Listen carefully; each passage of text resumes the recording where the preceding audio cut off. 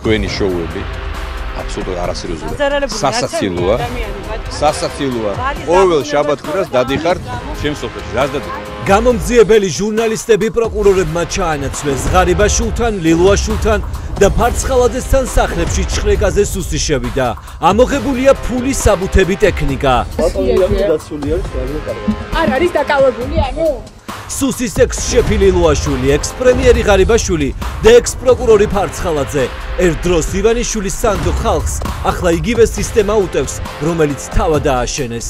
ველოდებით დაკავებას ჩაბზანდით, საცოდნოა. ბატონო ირაკლი, ჩვენზე ამბობს, თქვენი თავთავ სამთავრობო თვითმფრინავით საზაფხულო არდედეგებზე, ტყეცოლის სახელზე ბიზნესი მამის.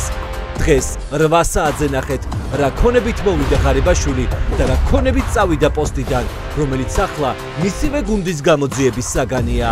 ბატონო ირაკლი, მადლობა მაინც უთხარით ბატონ ბიძინას, მაგას აკეთებდა ყოველთვის. რას ეძებდა სუსი მათი ყოფილი შეფის ბინაში და რას ეძებდნენ ფარცხალაძის სახლში. დიდი შიდა ომი ქართულ ოცნებაში, რაც აქამდე მხოლოდ ვერსია იყო, ახლა უკვე დადასტურებული ფაქტია. დღეს 8 საათიდან რეპორტაჟები, რომელიც არ უნდა გამოტოვოთ. პირველი ინტერვიუ სპეცსამსახურების შეფთან, რომელსაც 4 ოქტომბერს ორბელიანების სასახლის დაცვა ევალებოდა.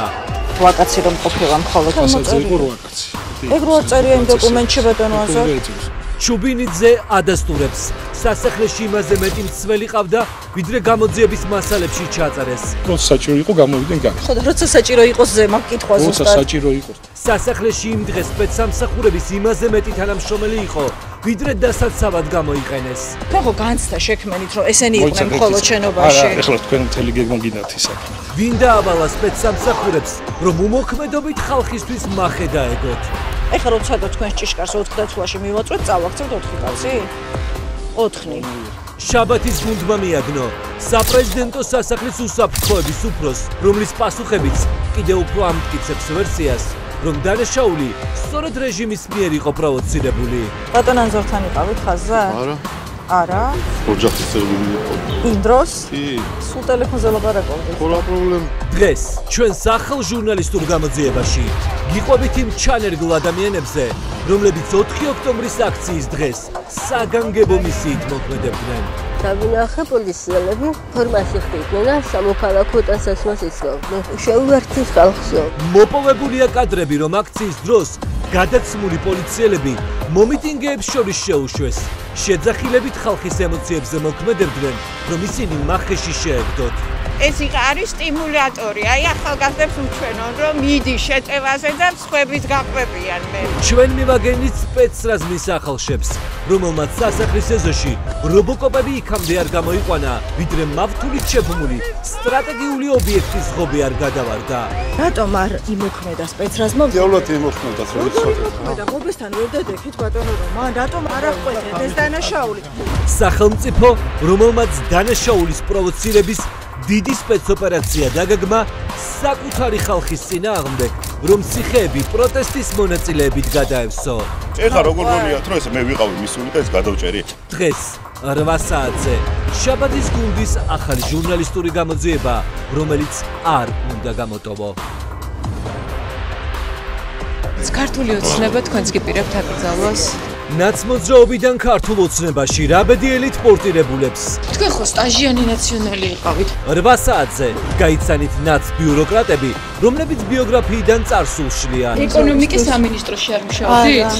არა. აბა ბიოგრაფიაში რატო გიწერიათ? აი 7 ნოემბრის პერიოდში თქვენ გენინსპექციის უფროსი იყავით. საკუთარ წარსულს ებრძვით ქალბატონო მარია. წარსულს. ირკვევა რომ ქართული ოცნების დაანონსებული აკრძალვები არ ეხება მხოლოდ პარტიულ ხალხს. არა, მნიშვნელობა ეხლა კერძო ბიზნესშია, რამე სხვა სექტორში ხატავს თუ ძერწავს. დღეს ჩვენს ეთერში მოусმინეთ ხალხს ქართული ოცნებიდან, ვინც ნაციონალურ წარსულს მალავს. თქვენ წაიკრძალებით? როგორ რა? ნაცების დროს ხომ მუშაობდით, პროკურორი არ იყავით? მე? ვინც სად მუშაობდა და რატომ არ სურთ ახლა იმის გახსენება, რაც მათი ცხოვრების ნაწილი იყო. მოსამართლე ვიყავი, მაგრამ დარბაზში არ შევსვიდა. დაჭრა კონტროლიორი პატიმარი. თავდასხმა ციხეში მეთვალყურეს პატიმარმა კუსტარულად დამზადებული ცივი იარაღი 4 ჯერ ჩაარტყა. დაიხსნა მოცელი, ეს იქნა დაზიანებული და ფილტვი. კონტროლიორი, რომელსაც ყველაზე დიდი ციხის პატიმრები ებარა, სიკვდილ სასწაულით გადაურჩა. ვინ გაიმეტა ეს სასიკვდილოდ? ციხეში. სერგი ბერიძეს თავდასხმაზე ლაპარაკი აუკრძალეს. სამინისტროს სკანდალს ერიდება. შუშა საიდან ქონდა პატიმარს? არ მესმის რა ჭირობებზე ლაპარაკობ. სამსახურში აგიკრძალეს ამ თემაზე ლაპარაკი? კარგი, დავასრულე. რა მოხდა ღამით გლდანის ციხეში? შუშა დაუმკვირვია ოთახში. ხოლოს და ბიჭმა გააღო საკანი და პირდაპირ გაუყარა შუშა. როგორ აღმოჩნდა აკრძალული ნივთი დახურულ საკანში და არის თუ არა ეს მტკიცებულება, რომ ციხეებში ვისაც უნდა და რაც უნდა ის შეაქვს. ციხის კონტროლი ვერ ხდება თუ რასთან გვაქვს საქმე, აი შუშა საიდან ქონდა პატიმარს?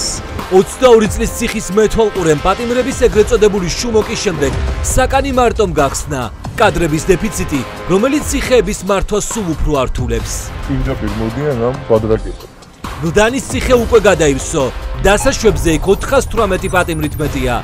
სავსეა ქუთაისის და ქსნის ციხეები. 8 საათზე მოისმინეთ, როგორ იმართება სისტემა.